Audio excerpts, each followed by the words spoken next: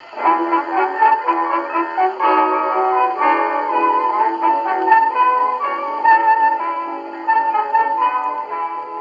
to another episode of Off the Menu. I'm Vincent Franchini from Tumblr House, here with the Charles Coulombe. Here again, indeed. Well, it's great to be here. You know what day today is? What is today? Today is October the 2nd, the feast of the Holy Guardian Angels. Not just of individuals, but of countries. So today we honor those angelic spirits who look after our best interests despite our best efforts. I know. Well, fallen nature. Mm-hmm. And in honor of that day, something else, let me backtrack. Some of you caught me out on my terrible error last week when I mentioned it was going to be Columbus Day today. Well, it's not. It's next week. But they're going to be seeing this on Columbus Day, mind you. So you see, and you thought I didn't know what I was talking about. Well, never mind. In honor, however, of the fact that everyone's very PC about Columbus Day, and it's in Los Angeles, it's going to be the day of indigenous peoples. I am wearing my paisley tie in honor of the 60s and my UN lapel pin. Like a good American. Like a good American. Not like one of those awful people you've heard of. And so I'm here and now renewing my commitment to the planet. Well, what does that commitment entail? No. See, we don't go that far. Don't you be asking for specifics. No. In today's world, we don't do specifics. We strike poses, you say. We don't ask, what does that mean? Right. You know, so like if I say, I'm deeply committed to the children. In what way? And the preborn children as well? Or, is there a cutoff date when they become juvenile delinquents? How are you committed to the... Don't ask those questions. The celebrity in question is striking a pose. You don't ask if what's his face, Tom Cruise, can really do everything he does in the Mission Impossible films, do you? No. Okay. No. No. So why should you ask a celebrity who's striking a pose off camera whether it actually means something? Well, it's fine for them because they're raising awareness. See? That's my point. And what if I were a community activist? What's wrong with raising awareness? Nothing's wrong with raising awareness. I mean, it's the cheapest crop going. Hell of a lot cheaper than raising corn or wheat. Oh, well, that's true. Yeah, see, you don't have to irrigate or anything. It does require a hell of a lot of compost, though. All right, ladies and gentlemen, we'll settle down. I'm sorry. We'll be good. We have questions, I guess. Yeah, well, since everybody will be seeing this on Columbus Day, Joshua Hernandez was nice enough to send us some questions on Christopher Columbus. Okay, Joshua. So we've got a bunch. He's got sent in a bunch, so we'll attack one question at a time. All right. Okay, his first question is, could you please tell us how Christopher Columbus's personal record holds up to close scrutiny in light of all the hyperventilation and hand-wringing of recent decades? Very good question. For starters, before you go any further, and that's everybody, be sure to read Pope Leo XIII's encyclical on Christopher Columbus. Does that have a title? What would they search? Oh, gosh, it does. They put in Leo XIII and Christopher Columbus. Oh, okay. And it was in 1892, just to narrow it down. Oh, okay, that's pretty okay. Yeah, it's not that recent. Not that recent, but relatively speaking. Yeah, so look it up. He has a lot to say about Columbus from the Church's point of view, and I don't want to repeat what he says. Also, I'm going to try to encourage you to do your own reading. But as far as the hand-wringing goes, a lot of the attacks that are on Columbus recently, and bear in mind, he was up for canonization at that time. Around 1892, okay. So there was a good deal of evidence in his favor. Now, most of the evidence against him comes from the so-called Diary of Christopher Columbus, which is written as a first-person account of his voyages. The problem is, it's not. It wasn't written by him? No, it wasn't. Well, parts of it may have been. The problem is that we have 3 or 4 variant copies The one that's most often used, and they vary tremendously, the one that's most often used was done by a great nephew of his, or nephew, and was at least partly a novel. And all this stuff got bound together. Okay. So let's just put it this way. If it were anybody but Christopher Columbus, whom the establishment were dedicated to destroying, it would be thrown out of court. I mean, it would be like using I Claudius as a Roman history text. Yeah, it already sounds like a mess. It is a mess, and yet that's what most of the stuff is based on. Now, that's half the battle. The other half, well, he brought these Indians back to Spain, and they were prisoners and slaves. Do we know that? Well, I remember from Puritan's Empire, they in order to become a part of the Spanish a citizen, you had to know Spanish. Am I right? That's so true, but that's a little bit in the future. Okay. The Indians that he brought back to Spain. Oh, he brought. Okay, did Now, he? Wow. Well, now stop and think for a second. You are a primitive person, like an American. Aliens land and offer you a trip back to their home planet. I wouldn't take it. That's scary. Well, you wouldn't, but a lot of people would. Okay. I would. Well, that's why I went to Vegas the first time. Well, is that either here or there on whether It on is. the ethics of Columbus? It sure is here rather than there, because, were they taken against their will? Were they prisoners? We don't know. Nobody says. Nobody tells us, except the diary, which can't be trusted. Now, we can read ourselves into the story if we want, but that's not history. That's just emotion. So, what are we saying here? Were they slaves or were they not slaves? Is there a historical record that they came back to Spain and were slaves? No, they went to Spain all right, but most of them died, the diseases. But that wasn't something the Europeans knew about. Right. Nor did they know about syphilis, which they supposedly picked up from the Indians, the gift that keeps on giving. Okay. Yeah, see, and the trade wasn't all one way, Anyway, the other thing to bear in mind with all this good stuff is that that's half the battle. The other half, and the real key here, is an attack on everything that came because of Columbus. Of course. I.e. Europe. Yes. And my answer to that is very simple. If you don't like your life now, if you think Columbus and his succeeding colonists were that terrible, you need to stop speaking a European language, stop wearing European clothing, stop using European technology.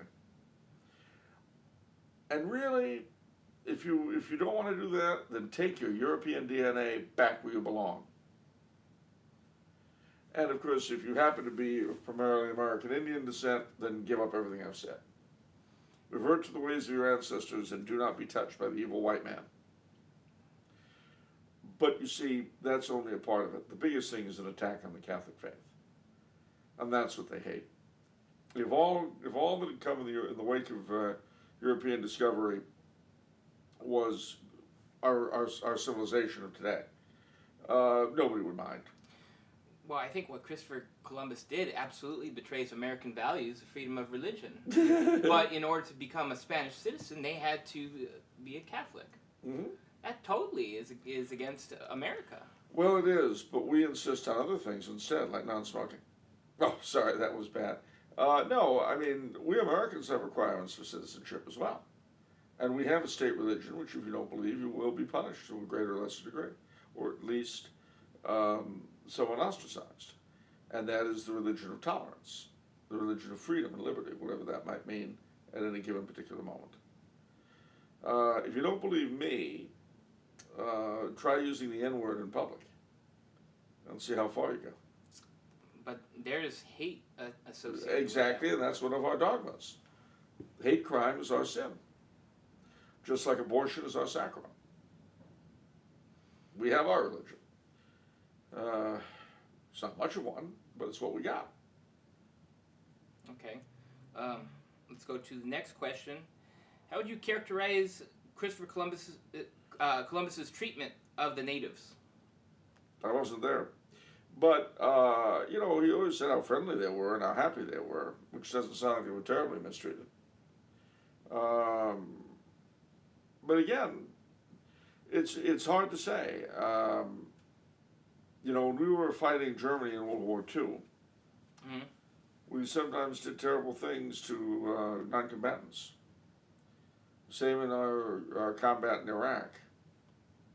These were men who had just come off the Reconquista, and as far as they were concerned, paganism and Islam were just about the same.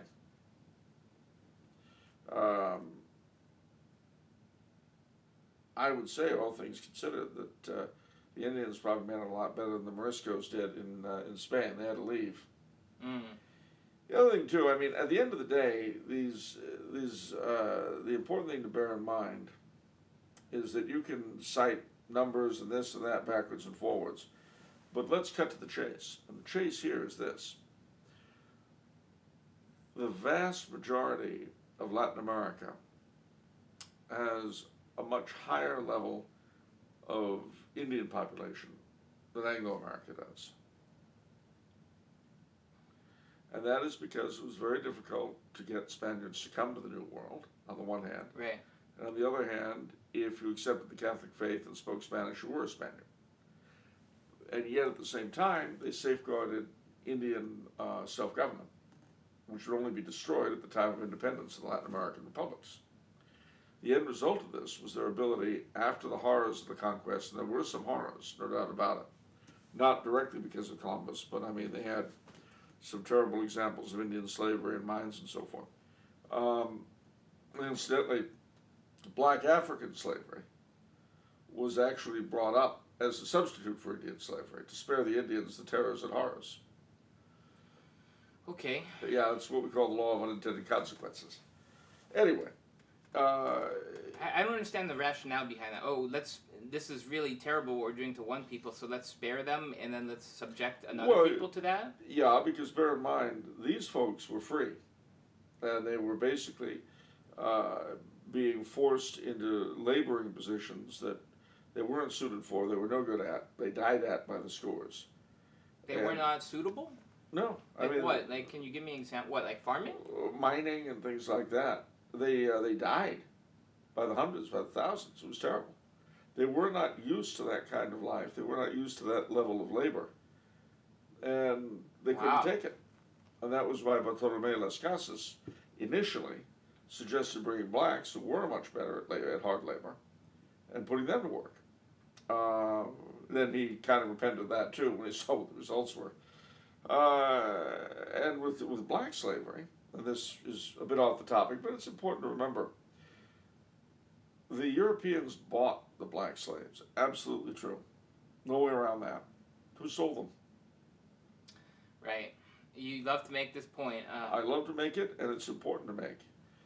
What's the country? The minor kings of the west coast of Africa.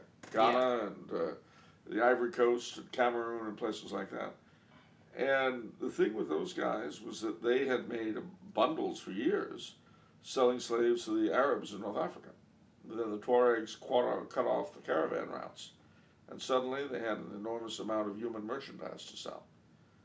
What would they have done had the sails of the Europeans not appeared just then? The gods of commerce smiled upon the minor kings of the West Coast. And voila, a whole new market.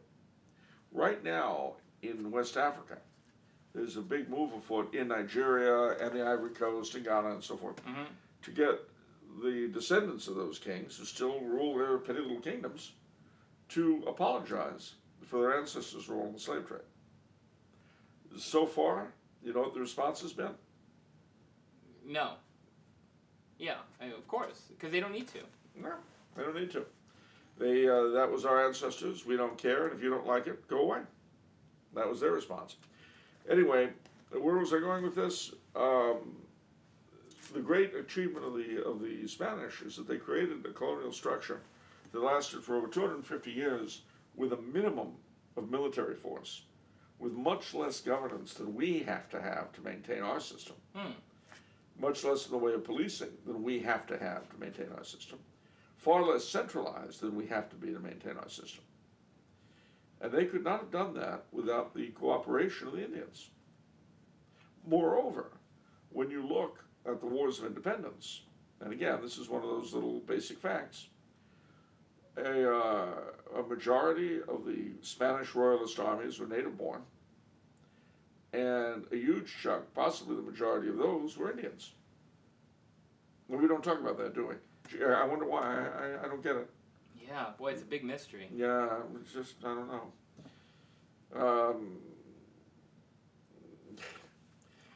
And of course, I must say that it was left to the British and not the Spanish to discover the use of smallpox blankets in dealing with Indian populations. For those of you who don't know, smallpox blankets are blankets that have been used by smallpox victims and then passed on as trade goods to the Indians. So you make a little money off them on the one hand, and you wipe them out with smallpox later. Gift that keeps on giving. Won't find the Spanish ever doing that. That was strictly the British and the Americans. Okay.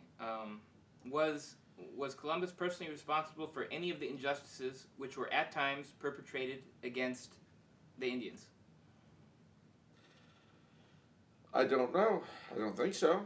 But again, you have to define injustice. I know that he ended up, his last trip, he was brought back to Spain in chains, but it had nothing to do with Indians, and everything to do with personal jealousy. Okay. Shameless plug, on the contrary, by Soul and Church, she writes a very detailed account of Columbus, and she maintains that Columbus's character was very saintly, and that even at the time he went back to Spain in shackles, Yep. I believe, and He did. so he had a lot of enemies. He sure so did. all the bad stuff she makes an account was unjust that happened to him. Yep, and she makes a very good case. Did I mention it was called On the Contrary by Solange, whom I knew personally, by the way. Available at tumblerhouse.com. Oh, was that a plug? Oh my. Okay, what else we got? Well, his last question, should we continue to honor Columbus as a great man of the West and strive to preserve his legacy of heroism? In a word, yes. And if you run into somebody like the LA City Council who have a problem with that, tell them to get stuffed in the nicest way possible. You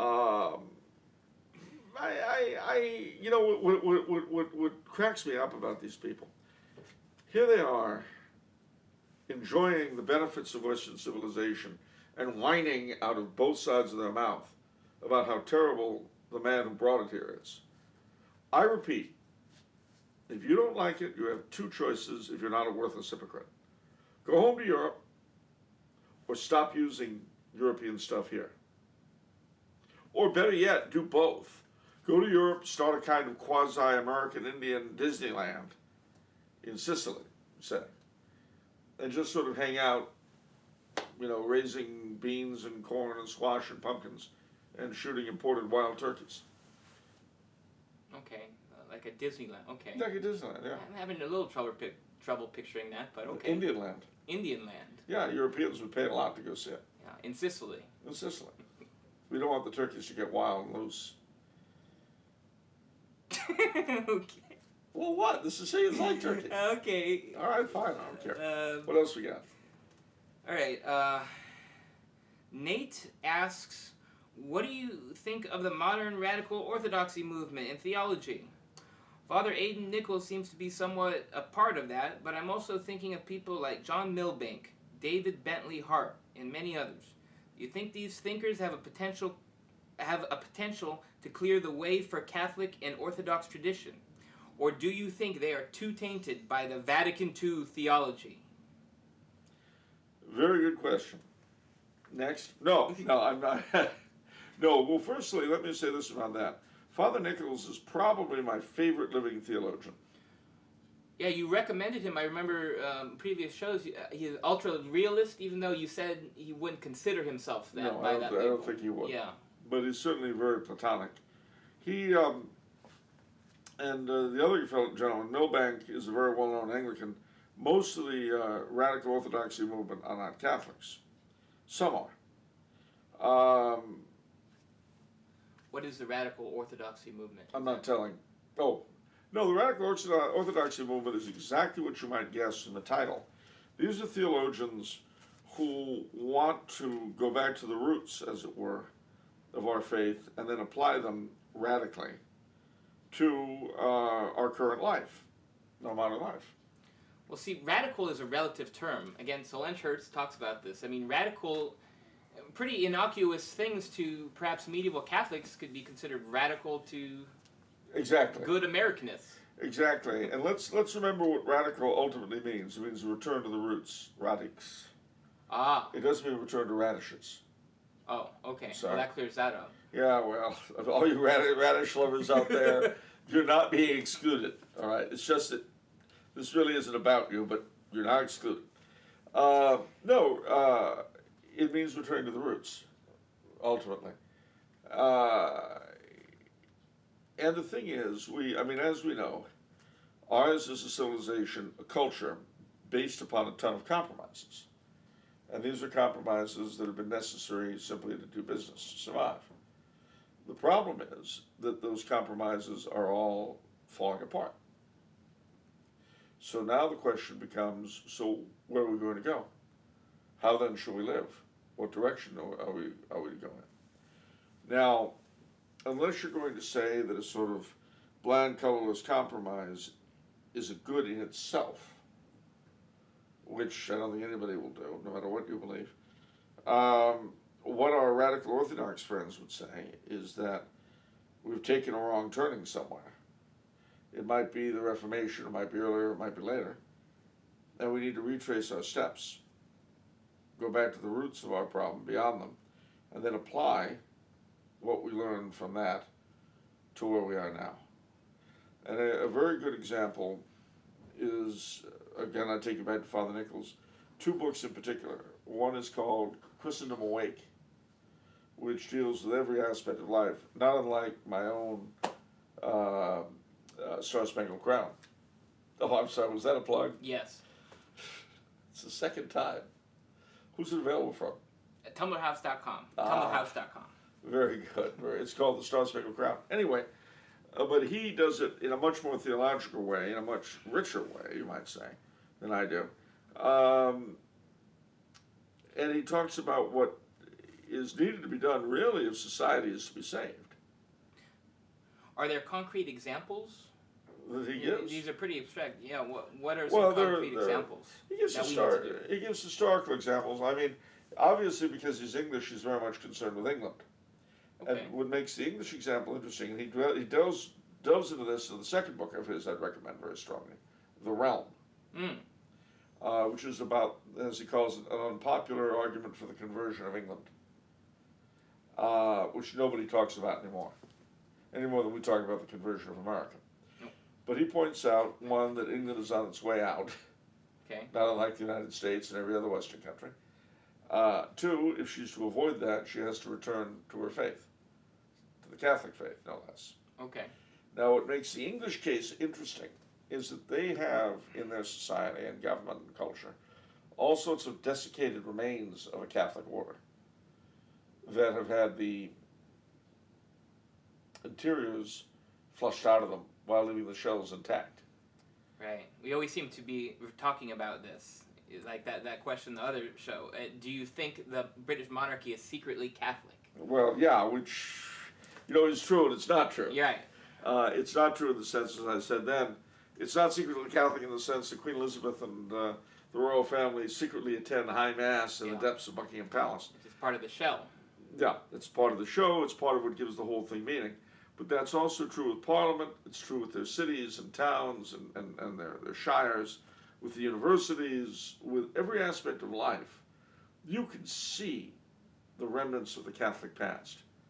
It just doesn't mean anything. Now, it's very important to them, and that's one of the differences, by the way, between Americans and British, is that for us, things have to be pragmatic for us to be interested in them, for us to like them. We have a certain contempt for what we consider empty ceremony, unless it involves kissing the Liberty Bell or jumping up and down about the Constitution. Then suddenly we get very much like our English cousins. But, I'm sorry, ladies and gentlemen. Waving the flag, not letting it touch the ground, that's us. Oh, something hit you, didn't it? Yes, we do our own empty ceremonial. We really do. We pretend it isn't empty. No, we don't. We don't pretend it isn't empty. You got me there. I don't believe what you're saying, so it's a lie. Thank you. In the words of your... my nephew Alvin. I don't like that, so it's a lie. And anybody I disagree with is Hitler. So, but no, but that caught you, didn't it, just then? Yeah. Yeah. We all do it. It's not just the English. It's just it's so much easier to see in other people. Right. Anyway, what is different, though, between them and us is that our symbols and empty ceremonial are all self-made and made up, whereas the English are the remnants of something that was real once. And what Father Nichols is arguing, and you see elements of this in some of the other radical Orthodox, is that through the conversion of the nation, these things be brought back to life. He basically argues, why can't we have the form and the substance? Does he think England will be easier to convert because there's more to work with there, as compared to America? I don't know that he's ever said that. He might have, I don't know. Oh, okay. But it would seem to make sense. Okay. Let's put it this way. Every country has advantages and disadvantages toward evangelization. By that I mean there is, for every nation in the world, has a certain preparatio evangelium, a certain preparation for the gospel. Like, for instance, with the Japanese, everyone's making a big deal about silence today because it makes Western intellectuals feel good about betraying the faith of their fathers. Right, Silence, the Scorsese film. Right, and it makes them feel good about betraying the faith and all that. Jesuits in particular of a certain age group love it. Right. But the fact is that in Japan today, amongst real Japanese, not to be confused with elderly Westerners, there is a bit of an uptick of interest in the Japanese martyrs.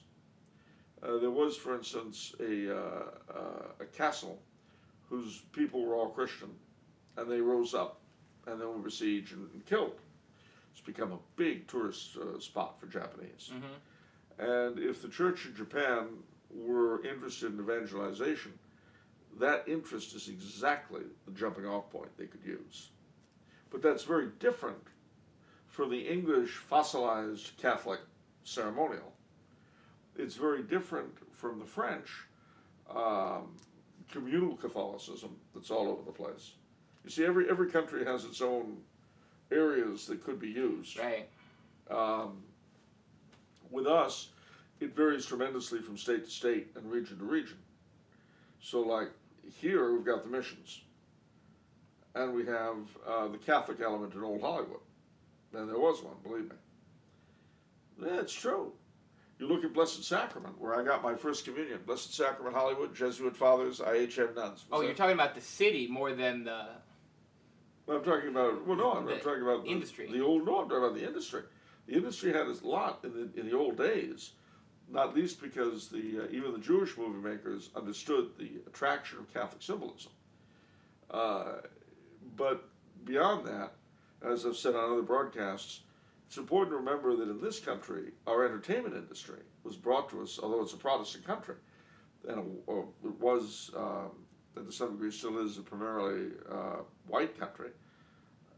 The three marginal elements were the producers of its popular entertainment: blacks, Jews, and Catholics. There are reasons for that. But in all these areas, if we were interested in evangelizing our country, that's the kind of stuff we'd start out with.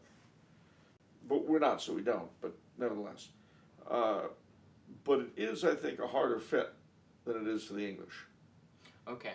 Not impossible, and certainly easier than what the Japanese have to work with. But, everything is different. In Canada, it's both easier and harder, because amongst the French Canadians, we're an apostate people, but our apostasy was a relatively short time ago. In fact, within my lifetime. But the Anglo-Canadians, part of their ethos is that they're not French. And being French also meant being Catholic. But at the same time, the Anglo-Canadians do have a tradition of their own, the so-called High Tory tradition, that is very High Church Anglican.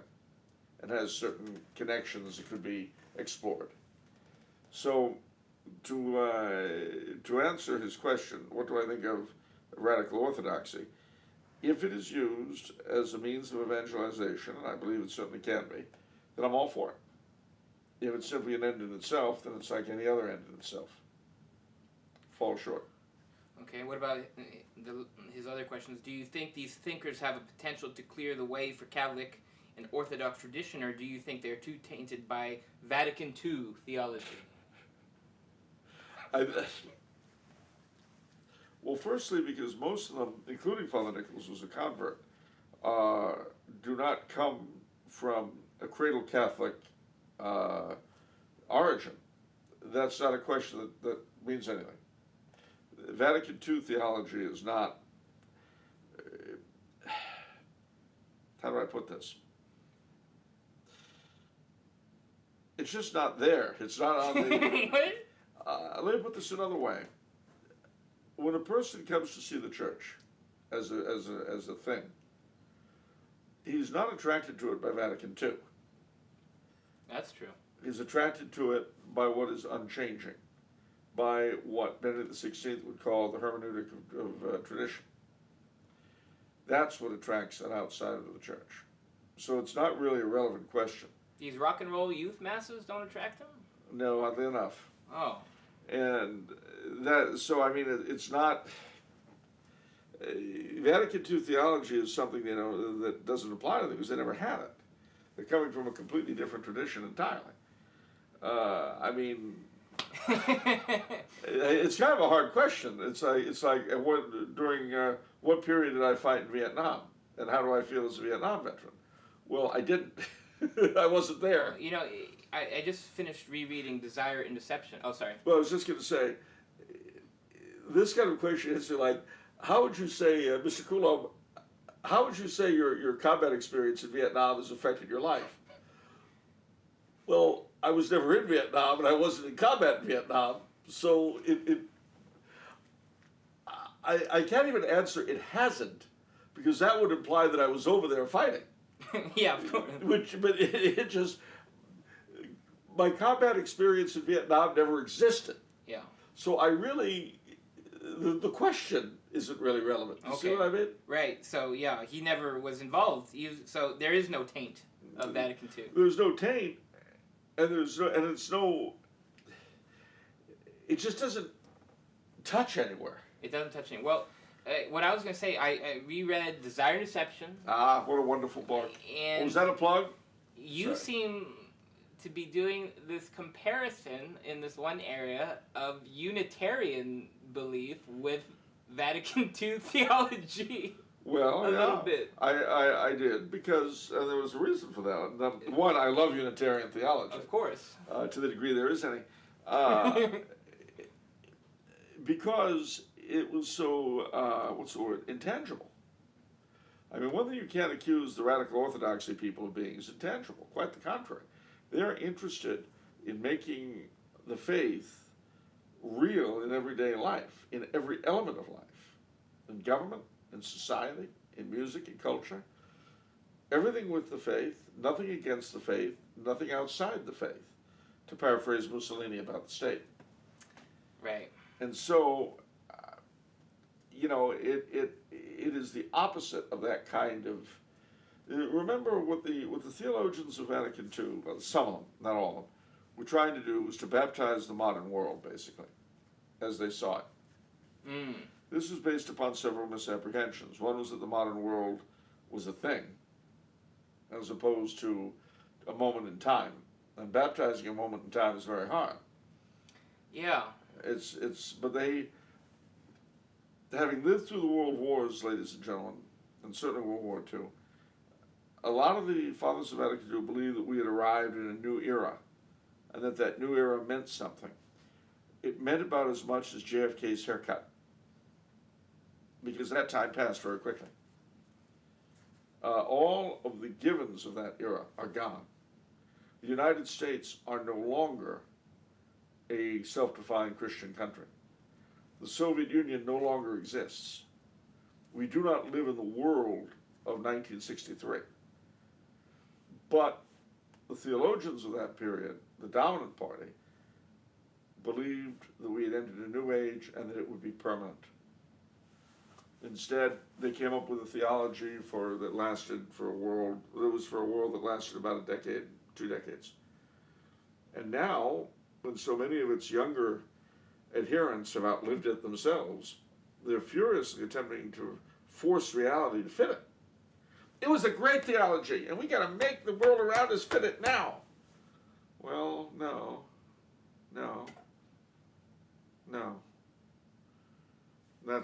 Anyway. Okay, next question is from Steve. I recently heard a homily advocating that St. Thomas the Apostle preached in the Americas, and that there was evidence of this found in Peru when the Spanish explored it. The priest said that this should be worthy of belief if we are to take Jesus at his word when he told his apostles to preach to all nations. I see that the Catholic Encyclopedia mentions St. Thomas's supposed adventures as something of a legend, and doesn't take it too seriously.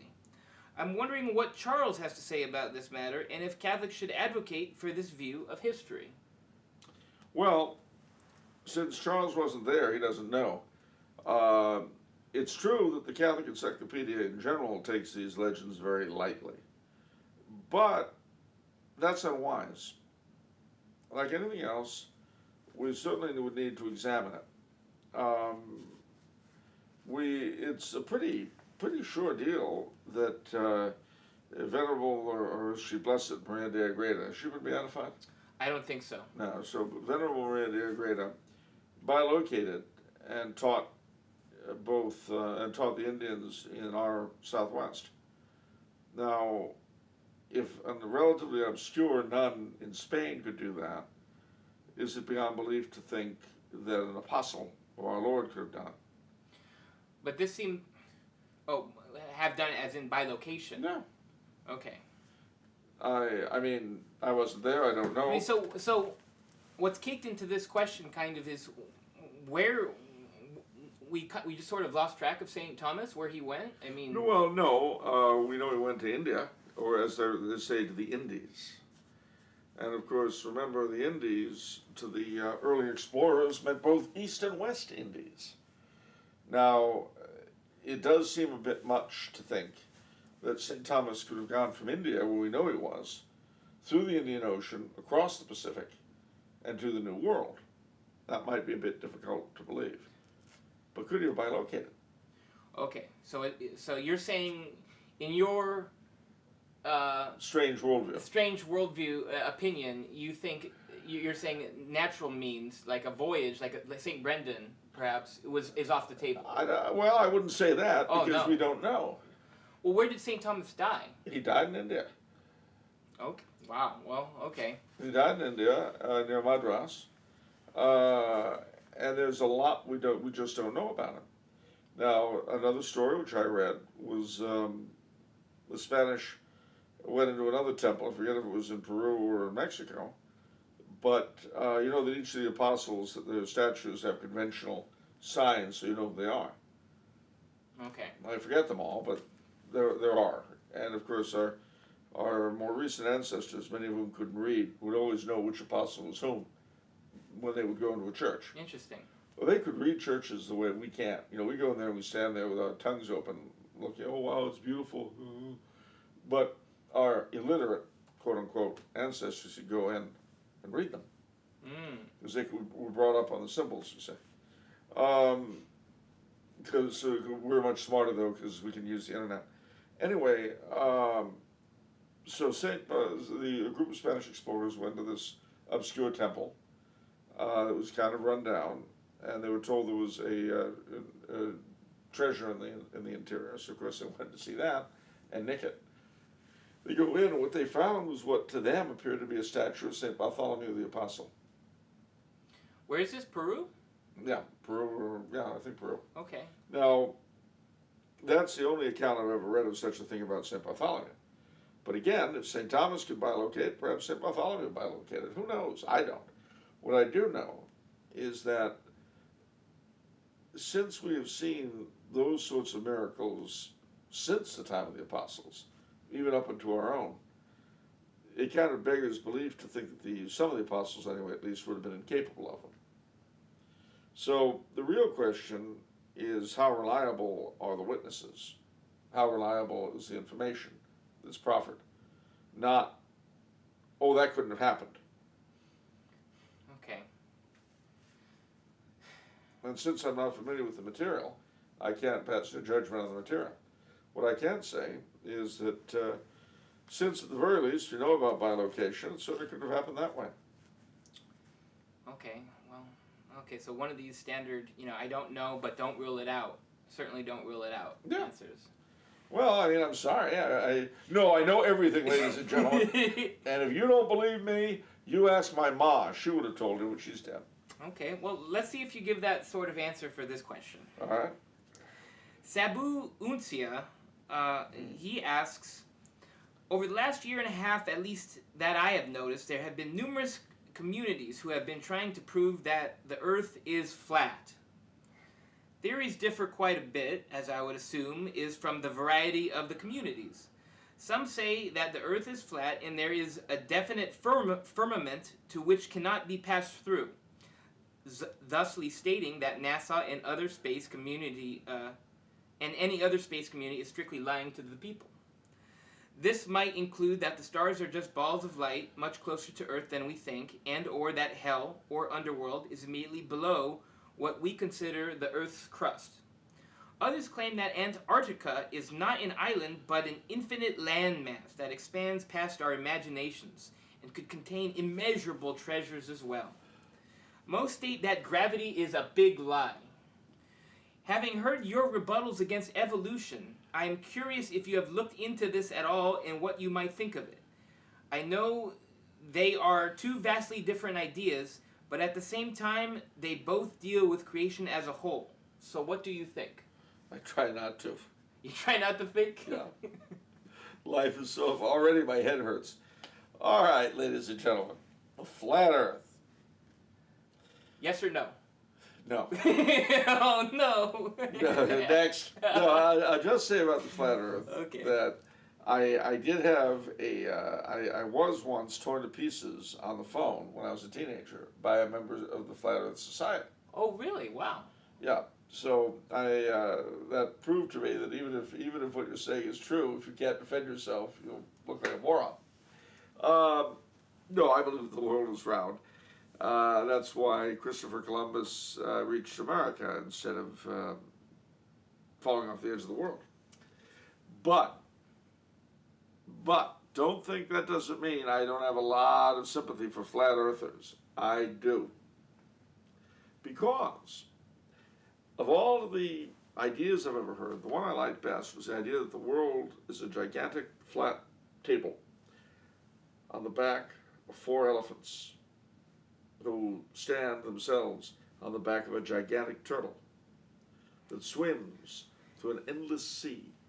This is the Hindu idea of reality. I love that picture. Isn't that beautiful? It's an amazing picture. But see, every now and then one of the elephants makes a misstep. Because remember, they're sort of perched. Right. And you know what happens when that occurs? Earthquake? Yeah. Yeah. So that's my personal favorite. Again, there is, ladies and gentlemen, and believe me, nobody dislikes the scientificist consensus reality more than me. But there is amongst us, amongst all of us, an idea, a feeling, that the more outre our beliefs, the truer they're likely to be, and the more exclusive, the more wonderful they are. That's an easy trap to fall into. And, given the fact that I hold so many strange beliefs myself, I know wherever I speak. That's fine.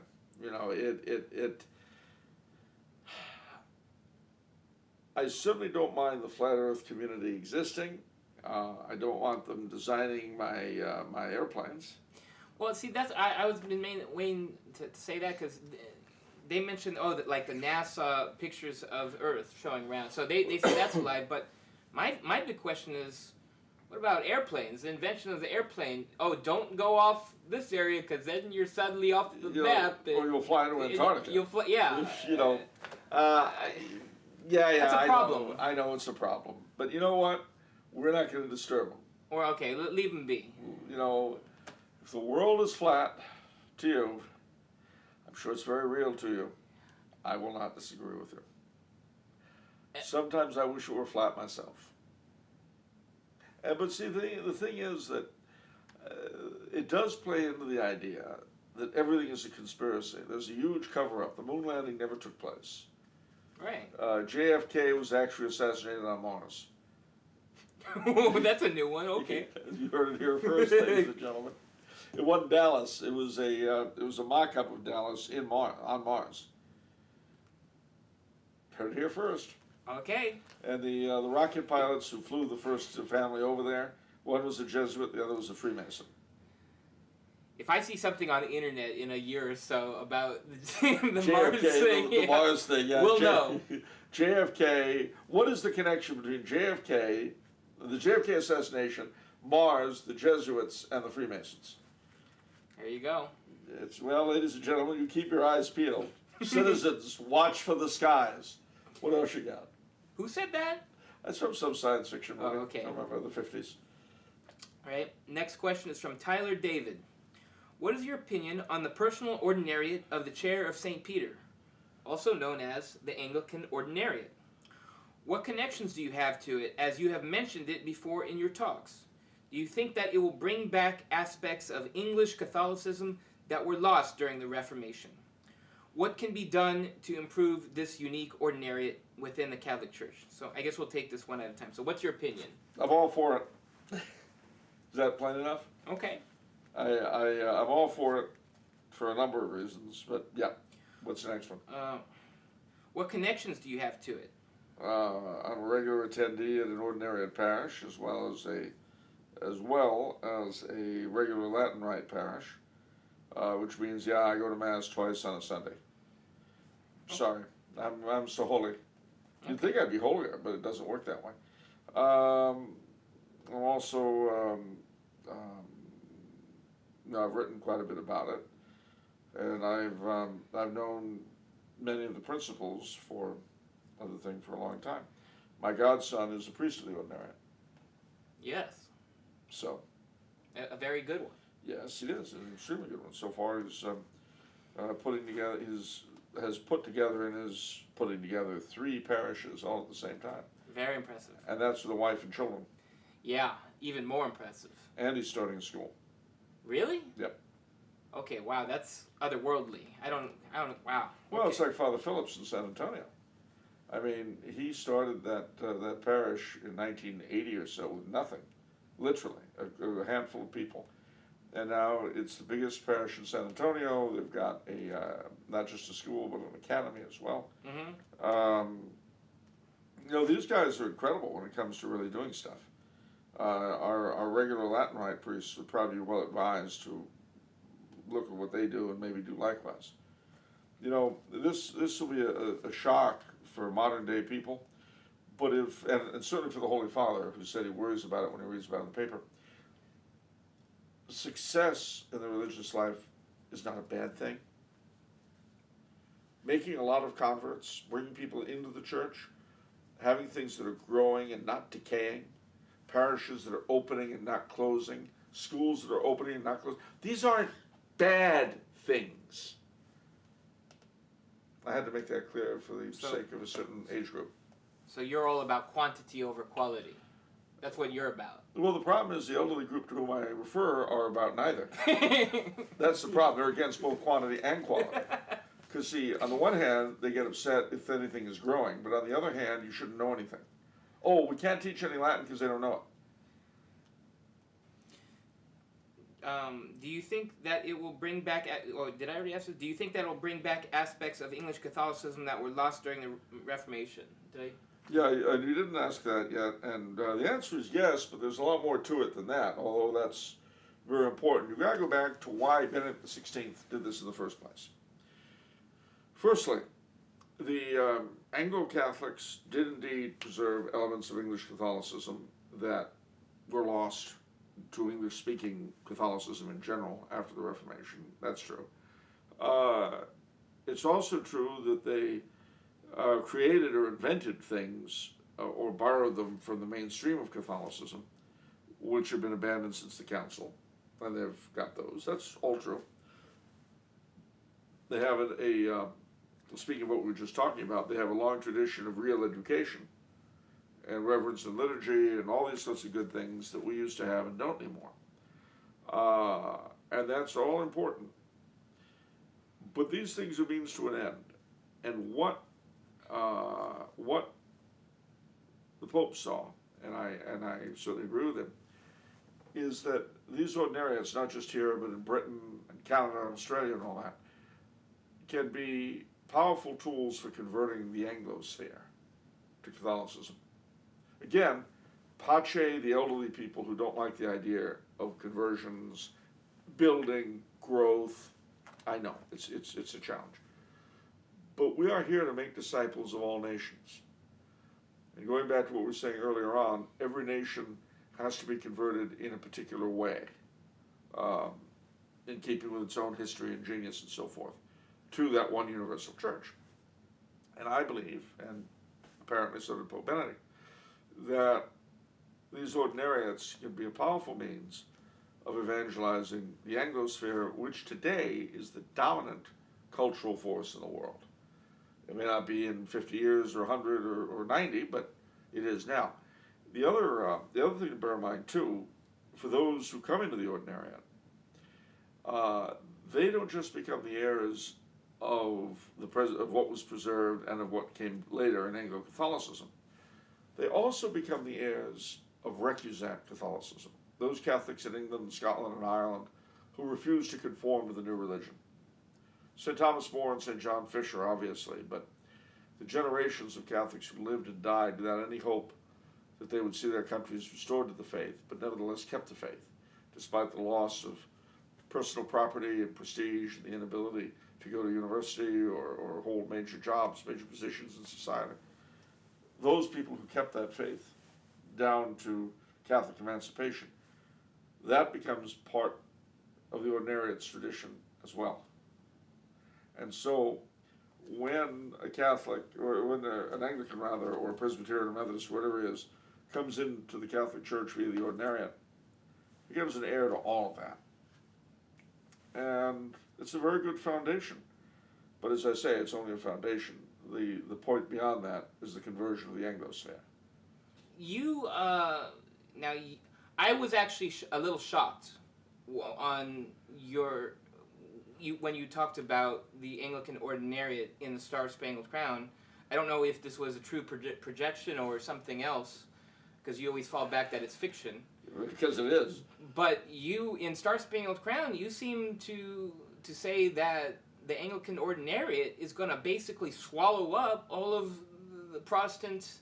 a chunk of them. Yeah, a huge chunk of them. And I was shocked at how successful that you projected them to be. Well, again, it's a work of fiction. But the thing is, I know the caliber of these clergy. They've got they're very evangelistic, most of them, unlike ours. Yeah. Very much into reaching out to everybody any way they can. Yeah. That was part of it. Part of it also is that you'll notice that the Ordinariate sort of took the place that the Episcopal Church occupies in this country socially today. Interesting. I didn't catch that. Well, it did. And so that's why, for instance, the National Cathedral in the book is the seat of the Archordinariate. Which theoretically, today the Ordinariate of the Church of St. Peter just covers the United States and Canada. And it's, one of the biggest dioceses geographically in the world. Yeah. But in the book, there have been the idea is that eventually the Ordinariate is big enough and enough people and it'll start splitting up. It won't always be this huge thing. Yeah. So the idea in the book is that in this country anyway, there are a number of these Ordinariates now, geographical. Yeah. Like the Eastern Rites. And then the Archordinary is in Washington at the National Cathedral, which we've somehow inherited from the Episcopalians. I see. Mind you, like everything else in the book, it's a dream. Right. I need to reread that book. It's just there's so much good stuff in it. It's hard to absorb all the juicy little tidbits. Wow. I know. I mean, Could really. you write that somewhere?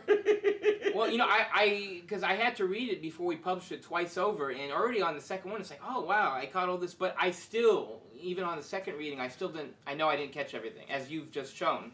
Well, it was a fun book. This is completely off topic, but since we're indulging myself for a moment, it was a fun book to write. I mean, I doubt anything remotely like what I described will ever come to pass.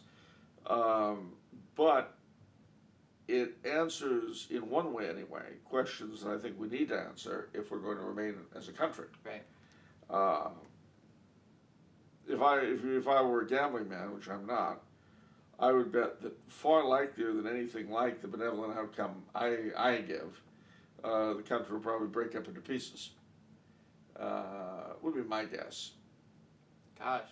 But I don't know. I'm not Criswell. Even Criswell wasn't Criswell. He said the world would end in 1999, and we're still here. Okay, what else you got? The final question of Mr. David's thing is, what can be done to improve this unique ordinariate within the Catholic Church? Good question, and the answer is severalfold. Firstly, if you're anywhere near an ordinariate community and you're, a convert yourself, join it. If you know people who are of Protestant background or interested in coming into the church, and there's a community near you, push them in. Also, I will say, for people who are unfamiliar, I said this previously too, the Missal, I remember when I was looking at the Missal, I thought, hey, I know this Mass. It's the English side of the traditional Latin Mass. To a great degree. To a great degree. So for all you traditionalist people out there, I think this is an interesting Mass to go. The only reason I haven't gone to our local one is because it's a weird time on Sunday, like 6 p.m. or such. So. And also you're snooty. And also I'm snooty, so there's that too. Yeah. But I've been meaning to go. Well, I was there yesterday, so I can tell you it's still going. The thing too is that if you know any Episcopal priests or even Lutheran or Methodist or ministers that are interested in converting and continuing some sort of clerical ministry, urge them to get in touch with the Ordinariate. I know even as we speak, there are several Protestant churches around whose pastors and people are thinking of coming into the church. Well, if you know of such, steer them toward the Ordinariate, because if they go in under the Ordinariate, they'll remain a congregation, and they're presuming, and this, in interest of full disclosure, there are several people whom the Ordinariate will not accept as priests. Okay? Uh-oh. Well, it's important to know this. Ex-Catholic priests who became Anglican, say to get married or whatever. Okay. If you did that, they're not going to take you as a cleric.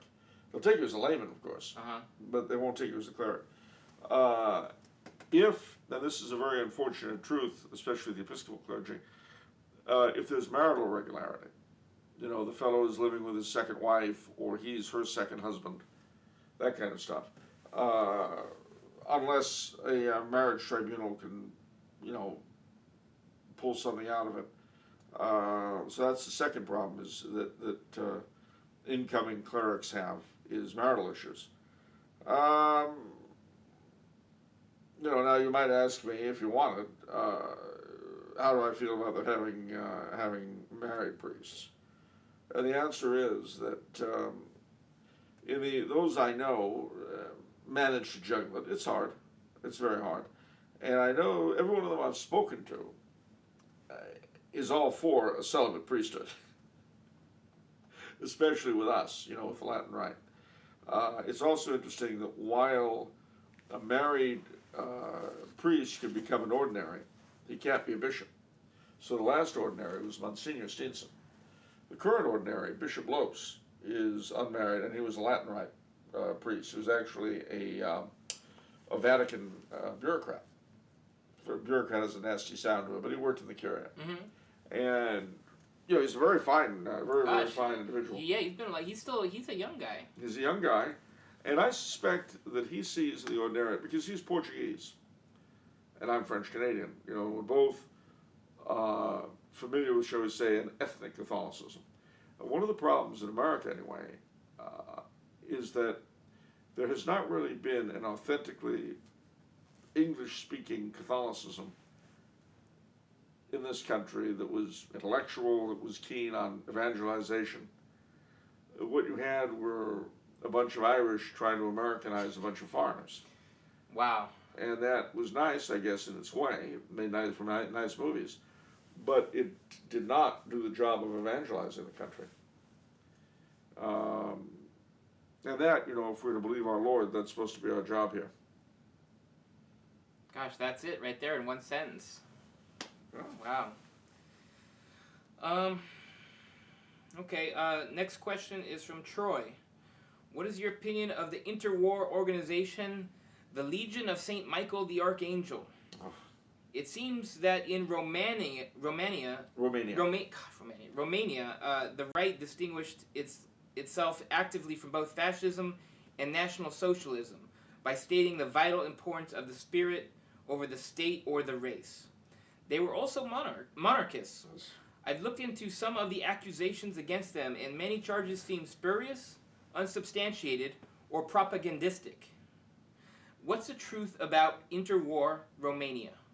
And yeah, so let's start off with what are they? That's a very good question. All right, well, the Legion of the Archangel Michael, also called the Iron Guard, there's a name for you, were run by a fellow called Constantine Codreanu.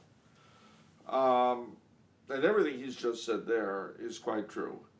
They were not particularly happy about Jewish economic power in Romania, and of course that led to their being called anti-Semites. They sent a small contingent to fight for Franco during the Spanish Civil War. You know, everything he said there, I mean, I'd have a hard time disagreeing with. Were they always nice? Definitely not. Did they get involved in street battles? Oh, yeah. Again, for those who would rush to say they were evil and terrible and awful, and are of the leftish persuasion, well, would you say the same about Antifa and Black Lives Matter? You know, if street fighting is by itself an evil thing, that's okay. But you'd have to, you know, if you're not a hypocrite, you'd have to cut it all out. If, on the other hand, you're going to say that street fighting is okay sometimes, then that depends on who they are and what they're doing it for. They were certainly very religious, very much into Orthodoxy, as against fascism or communism, which they saw as being atheistic. And that got them into trouble with, although they initially collaborated with the government of Ion Antonescu, which was the puppet, really, that the Germans put in charge of Romania. They fell afoul of him, and a bunch of them ended up in concentration camps. So, you know, what do I think of them? Well, I'm all for where they were good, and I'm against where they were bad. Okay. You know, it goes back, we've discussed this before, to the dilemma of the European right in World War II. Mm-hmm. It's just not an easy thing. But certainly, if you read their basic documents, there'd be very little one could disagree with if one was a believing Christian or a believing Catholic or a believing Orthodox. How well they worked that out in reality, that's another story. But, you know, today, of course, like everyone else on the right in Europe in those days, they were evil anti-Semites, and that was all they were about. Well, I mean, ladies and gentlemen, let's put it this way. If you're against the Klan, then you're against the neo-Nazis. Does that make you a fan of Antifa and Black Lives Matter? I don't think so. If you oppose the Klan, if you oppose the neo-Nazis, are you a communist? I don't think so. If you're in favor of equal rights for blacks and decent living for minorities, are you a communist? I don't think so. But we have to beware of drawing those same broad conclusions on the other side. That's very important, ladies and gentlemen. You know, obviously we all feel better to draw up an enemies list and then demonize the enemies. We all love that. We all feel good about ourselves. What good it actually does in real life, that's a whole other issue. Oh. I know. So, okay, so they're not part of the Romano-fascist movement. We can cross that off the list. Yes. I know. Sorry, I was inspired by Jonathan Daniel Bennett. Who himself has been put off Facebook for 30 days. But he has gloriously returned. So, if anybody knows, this is an appeal to our studio audience.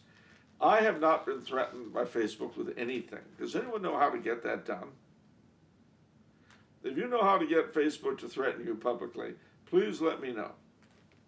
wow. I'm not going to say I'm going to initiate that. But I mean, I don't know what their standards are. You're going to mess with the man? I'd never mess with the man.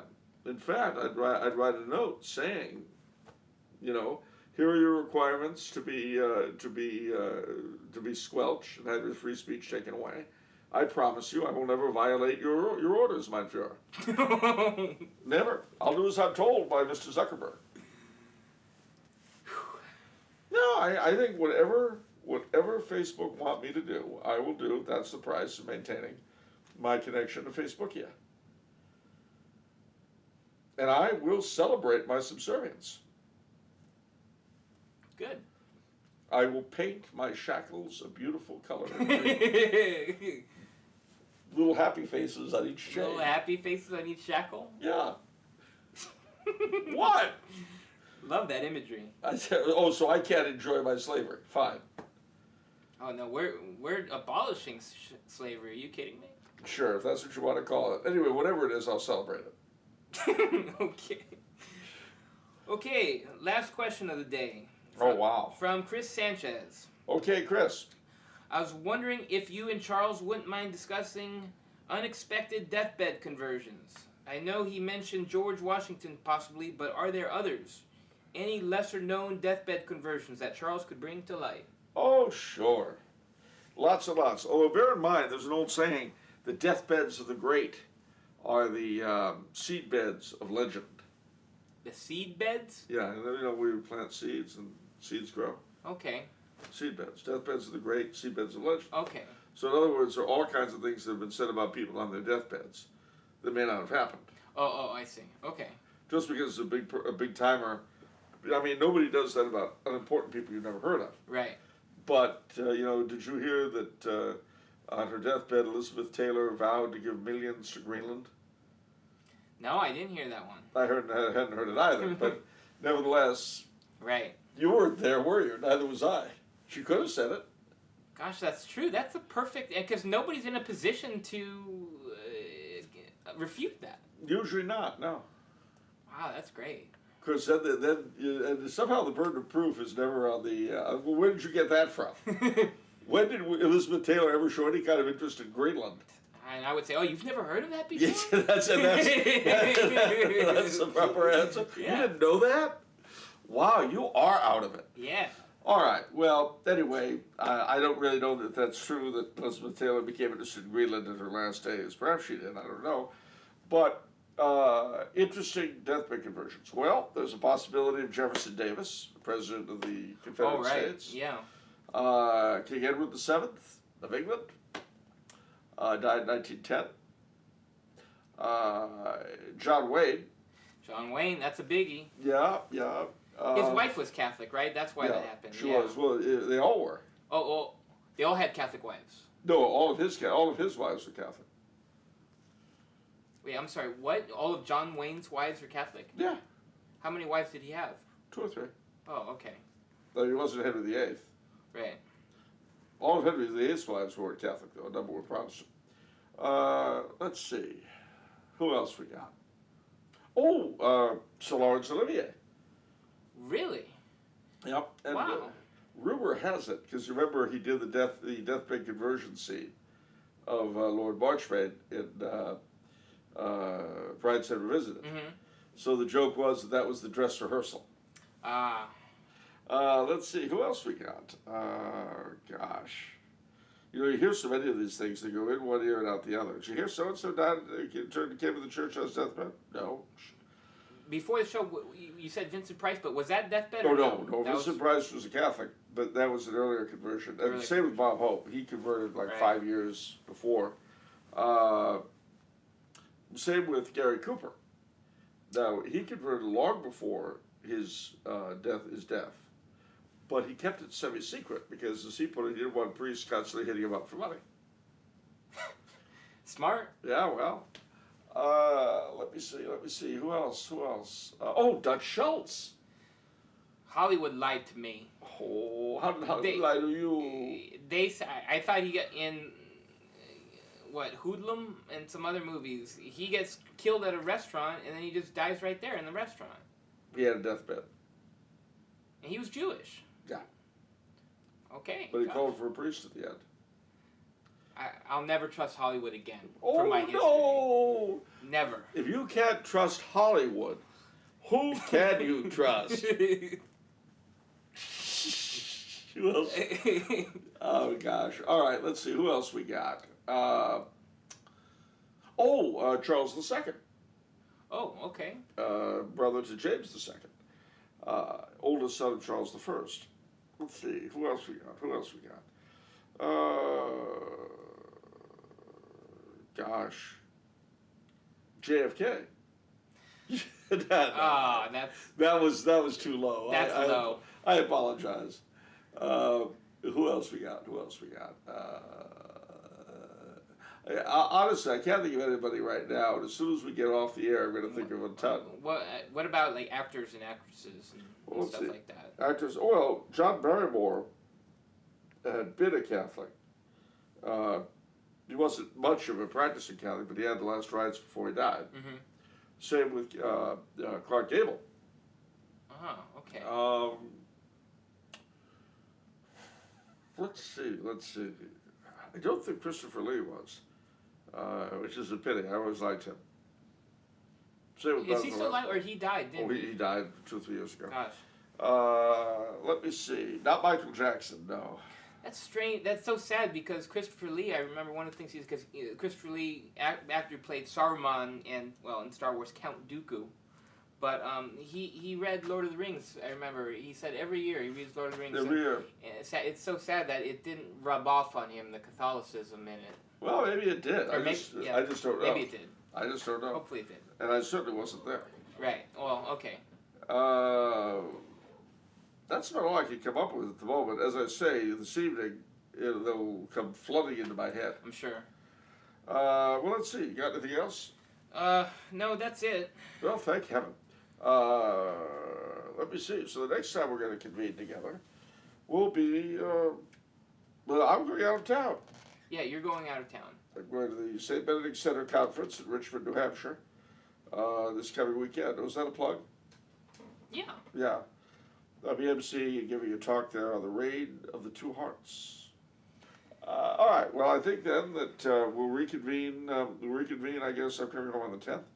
So we'll reconvene the following week. Yep. So, well, thank you for watching, and we'll see you again next time. Take care, and remember, the soul you save may be your own.